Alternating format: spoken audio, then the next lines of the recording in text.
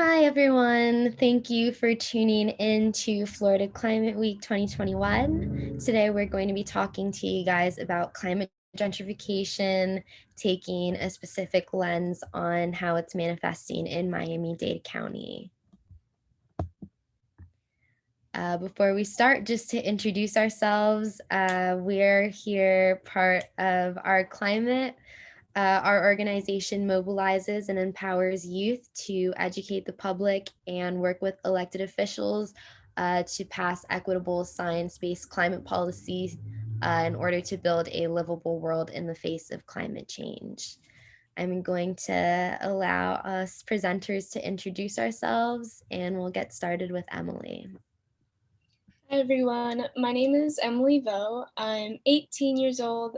I currently am in Broward right now in South Florida, and I'm an incoming freshman to Cornell University, and I'm planning to major in film and environmental studies.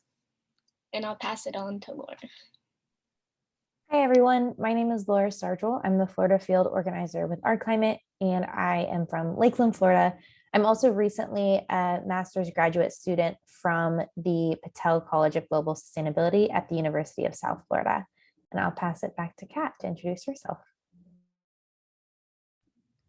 Hi, everyone. My name is Katerina Fernandez. I go by Kat. We're all friends here. And I am a senior at Florida State University studying environment and society and urban planning.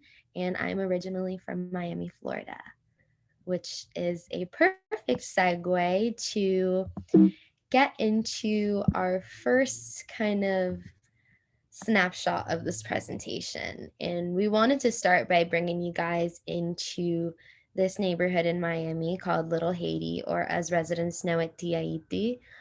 And Little Haiti is a cultural enclave in Miami, specifically for the Haitian community. It's a really vibrant city center. It's got just a lot of culture. There's music, there's Haitian food, there's Haitian small businesses. And it's a really popular or really well-known cultural enclave, shall I say.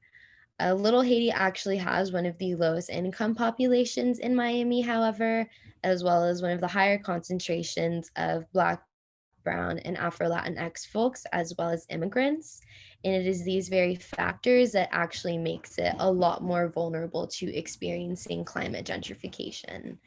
It's I'm sorry. It's currently undergoing a sort of rebranding as this like hot new neighborhood in Miami. But it's really important that we think about who is kind of trying to enact this rebranding.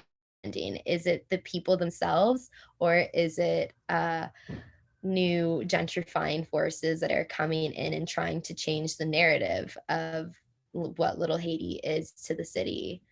And I just think it's really important to acknowledge that this is a frightening real world example of how climate change is already affecting Black and Brown communities in the current moment. A lot of times we frame the climate crisis as a problem of the future, as something that we will experience if we don't act soon enough. But the reality is that there are many vulnerable communities that are experiencing it today. I'm now going to pass it off to Emily, who is going to give you guys a more comprehensive view of what exactly climate gentrification is. Yeah, so what is climate gentrification? So there are three different forms, and to kind of further explain it, we can first look at a 2018 Harvard study, which examined and laid out kind of these three explicit forms of climate gentrification. So the first form involves wealthy developers and home buyers migrating into lower income neighborhoods due to the community's favorable location or because that they're low risk of weather damage. And so the second form of climate gentrification includes expensive investments in resiliency efforts of those vulnerable living areas.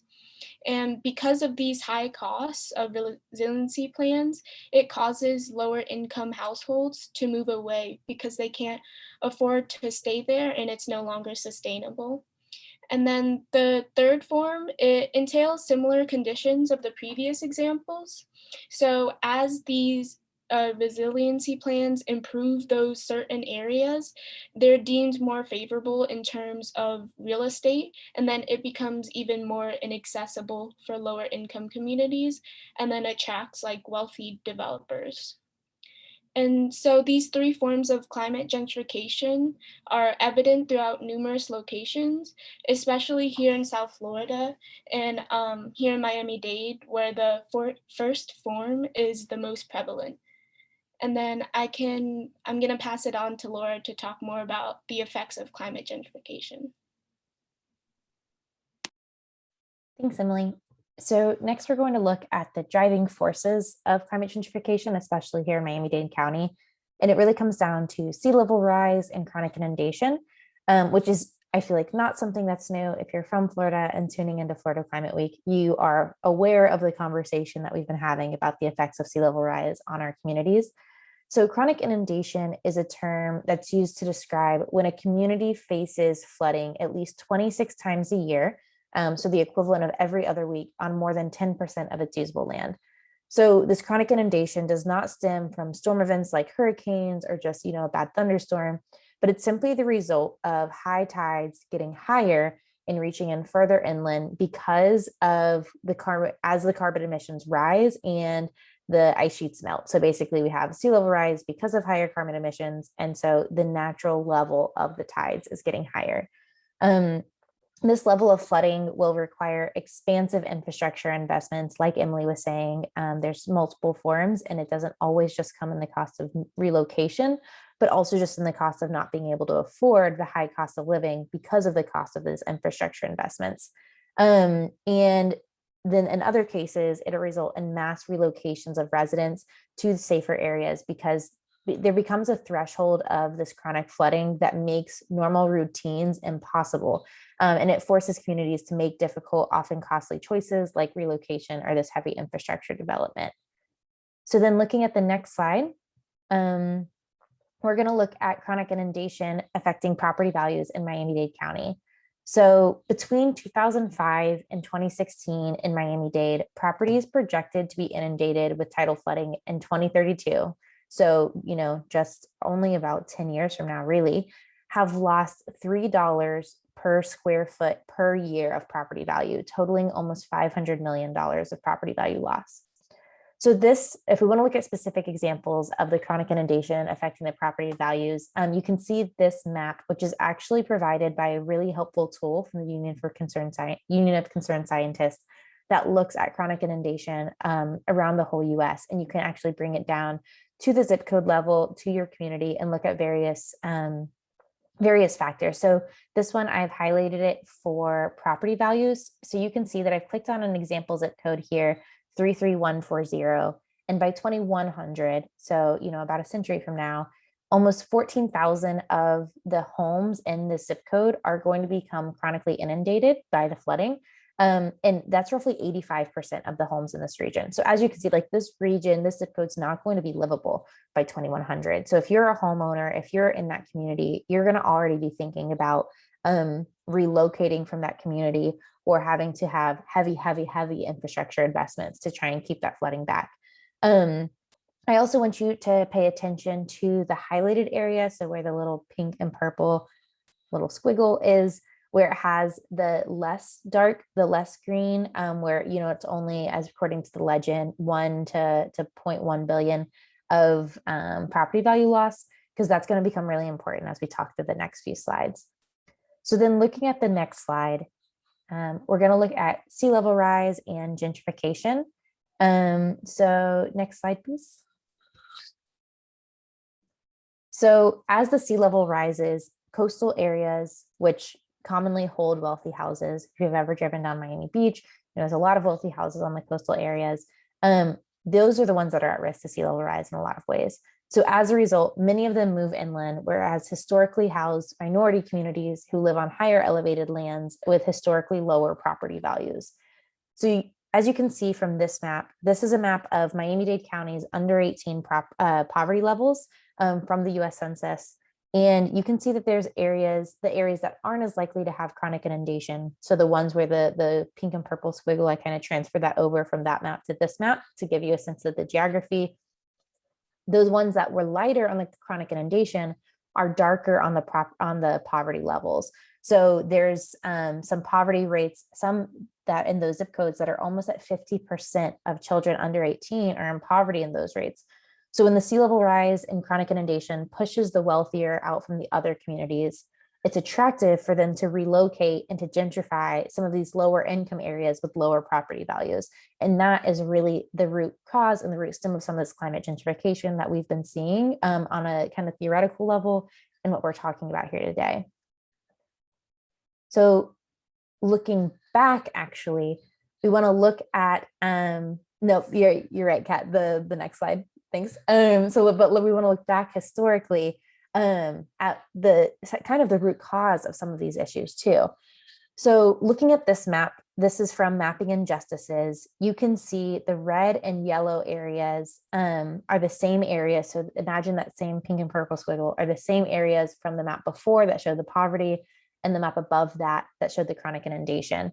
And those areas on this map are listed C and D for redlining. So these areas were undesirable, definitely declining, and hazardous areas whenever looking at, whether to give a mortgage to live in these areas. The term redlining was coined by sociologist John McKnight in the 1960s, and it derives from how the federal government and lenders would literally draw a red line on a map around the neighborhoods they would not invest in based on demographics alone. So this was, as you can see, the red and yellow areas on this map. The Black inner city neighborhoods were most likely to be redlined, and investigations found out the lenders would make loans to lower income whites, but not middle to upper income Africans Americans. So this was definitely based on race and ethnicity really alone. And as a result, the wider and already more affluent neighborhoods were given more generous loans and preferential locations to develop. And we can see the intended results. The red line areas are poorer, polluted, and industrial, while the more favorably treated white neighborhoods are thriving with intergenerational wealth. It's an equity issue because the climate gentrification isn't just happening in the poorer areas, but these areas have historically been hit with environmental injustices like dangerous polluters, urban heat island effects, and without given access to resources to make these spaces safer. So for centuries, redline communities have bore the brunt of unjust human health impacts because they were targeted, only to now face the impacts of climate gentrification as their wealthier neighbors realize they want their homes because those homes are safer from climate change. If the intersection of climate change and redlining interests you, I highly recommend you look into this Mapping Inequalities project, where you can see this all over the state of Florida and all over the US. Look at redlining in your communities. And then also Dr. Vivek Shandas from Portland State University. He does a number of case studies on redlining specifically and urban heat islands and climate change. But I think that there's a really interesting intersect here in Miami when we look at redlining, urban heat islands, and the climate gentrification as the sea level rises to these communities. It's really important that we look at the background of what these communities have faced for centuries to then make sure that we protect them going forward. And on that note, I will pass it over to Kat, who will be talking about the effects of climate gentrification.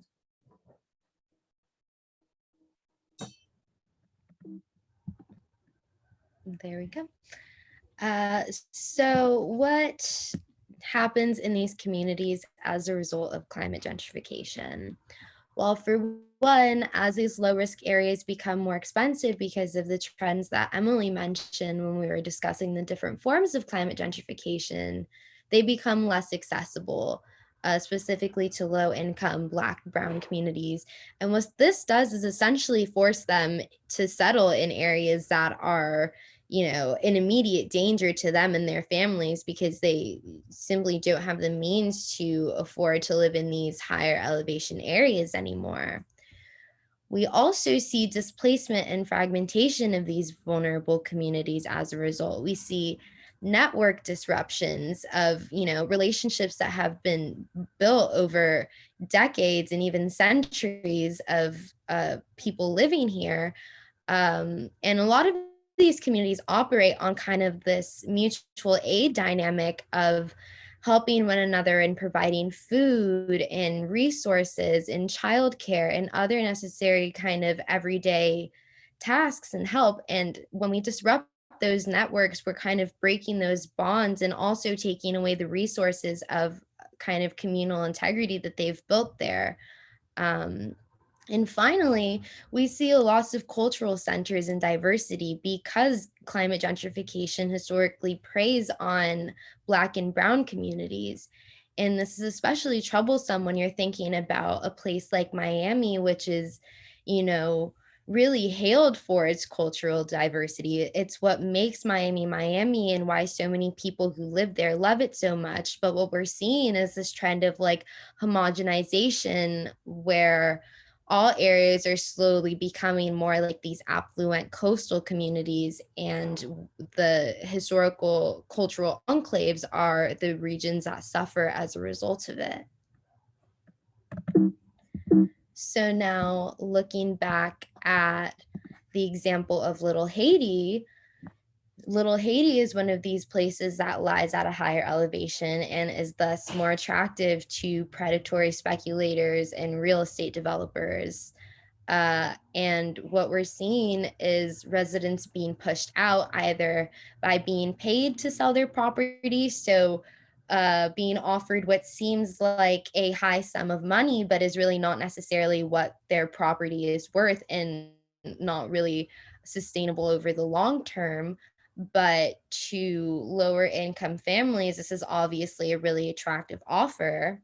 And the other way we're seeing it is these new businesses coming in that are driving out older ones, that are attracting populations that are not really native to the area, and are not really interested in the cultural capital that Little Haiti has to offer. And so, as a result, these newer businesses are seeing a lot of stimulation and a lot of action, and leaving behind the older, more traditional businesses. And eventually this kind of takes away people's livelihoods and, you know, also works to ensure that they can't really afford to stay in their neighborhoods anymore.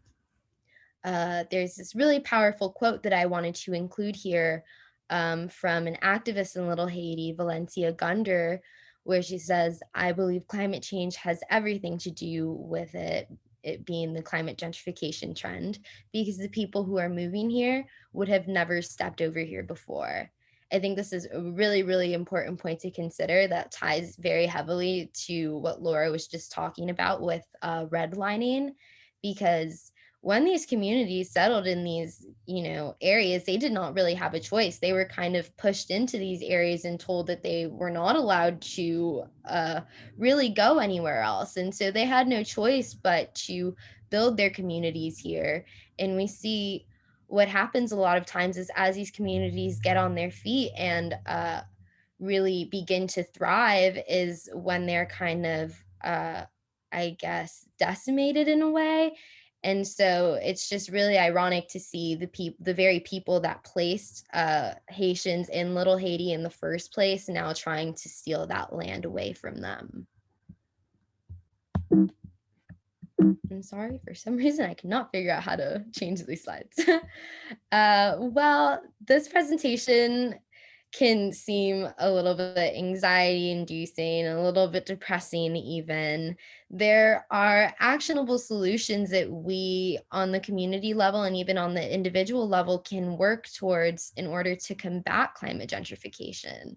I think one of the most powerful solutions that we can enact is building capital in these vulnerable communities and ensuring that that capital is concentrated in the hands of the people. And I think a really excellent example of this is the work of Allapattah Community Development Corporation. This is uh, centered in Allapattah, which is another historically Black and Brown community in Miami that is experiencing gentrification trends. And what this organization does is help these small businesses and individuals in these areas to access capital, for example, small business loans, as well as providing classes on money management and small business startups so that these people have their tools in their arsenal to be able to build wealth. And what this does is when the time comes where gentrifying forces make their way into the community, they won't necessarily have to be bought out. They can say, we have our own, we don't need your money. This is our place. This is our community. This is our home. Another thing we can do is enact more homeowner and tenant protection policies. So things like rent control, which ensure that, rent prices cannot be hiked up in order to kind of push families out that can no longer afford, really high rates, as well as just cause evictions. So not being able to simply evict anyone for just any little reason, but being sure that there's, as the title suggests, a just cause. Another really great tool that we can use to combat climate gentrification is the implementation of community benefits agreements. Essentially, what these are that as new developments are coming into the community, a lot of times the relationship can be a bit one-sided, where these developments are coming in and taking land, taking business, causing destruction or disruption in the communities. And a lot of times the community doesn't really get a piece of that pie. So community benefits agreements are ensuring that the community also benefits. And this can be done through things like inclusionary zoning, which ensures that any new developments have a specific percentage allotted for affordable housing expansion, community and cultural preservation. So investing in businesses that are already there, especially community based and culturally based businesses. And then even they can also include things like if there are new developments or new businesses coming in, ensuring that it's local residents that are going to be employed in these new businesses.